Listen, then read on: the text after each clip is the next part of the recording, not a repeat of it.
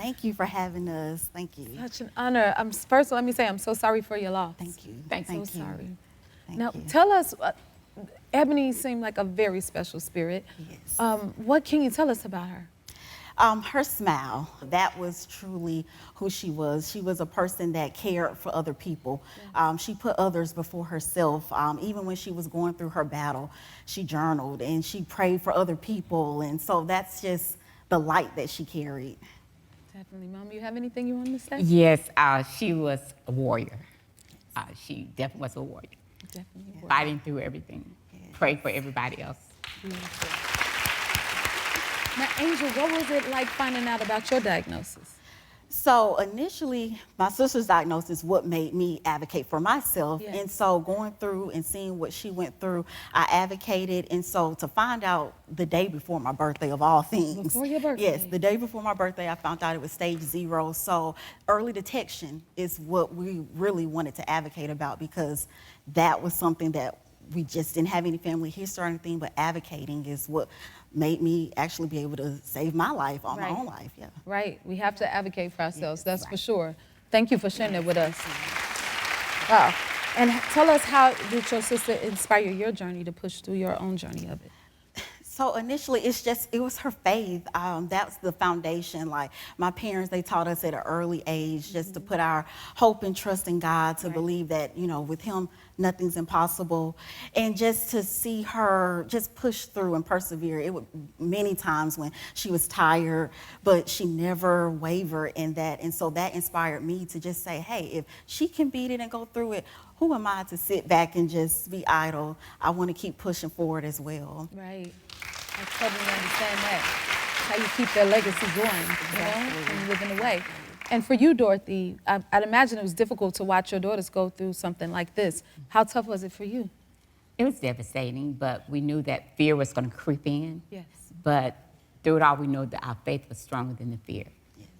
And Yes, ma'am. just making sure that we kept them grounded and rooted, supporting them, encouraging them throughout. That's what really helped us through it. Faith, that is for sure. Yes. That speaks. That speaks. Whew. Can you tell us, guys, what would you say, how to make ourselves more aware about breast cancer? Is some things you can tell us? And for our story, honestly, it was early detection, because for my sister to be diagnosed at 23, no underlying family history, avocation, she felt the actual lump. So for others, if you feel something, say something. Don't ignore it, don't brush it off, don't wait too late, because it could be a matter of life and death, really, truly. Yes. How important is y'all's support system amongst you guys? Family support means everything.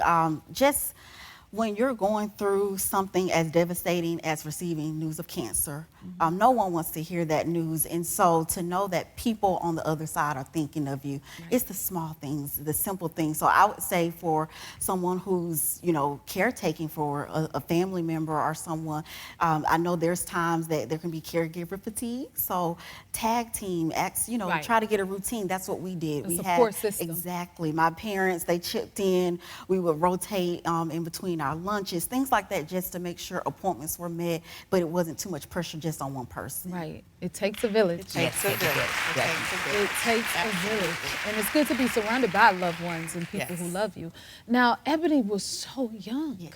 And a lot of us out here thinking, oh, I'm too young for this or that. You know what I mean? So what would you say to those people who think this can't happen to me? I can say that Abby, at first, it was a private matter, but then at the same time, she said, but I have a story that I need to tell. Yes. So Abby joined the Sisters Network Montgomery, Alabama chapter, and the first time Abby spoke to a group was at Alabama State University, her alma mater, and it was her first time speaking. And my baby. And for her to utter the words, I have breast cancer, and for all those young women that were sitting in the room, they were thinking like, wow, she's young. It could happen to us. So after her first speech, just like that, just set the tone. And from there, Abby knew she had a story to tell and wanted to continue to tell it. And there were so many young girls after that session that came to her, ask her questions because they just couldn't believe how young she was, because you think it could ever happen to you. Right, we think it can't happen to us. When I think of things like that, it's like, think of how many lives are gonna be saved because she lived. Yes. You know what I mean? Exactly. It's gonna save so many people. I always try to find the blessings in those losses and those things. And I think that every now and then in my family, like, it's gonna be so many more saved because they lived, you know? I want to say thank you guys for coming and being brave and sharing your story and helping us celebrate Ebony's legacy as Thank you, well. babe. Thank you so much. It means a lot. Thank you. Y'all be blessed. Keep that faith. Yes. I love Yes, it. thank Now, before you. you go, you know, I just want to leave you with a little something in her memory, if you don't mind, just to share with y'all. So y'all have a keepsake from the Happy Place in her honor. Okay, this is for you guys. She was so beautiful. Y'all be blessed.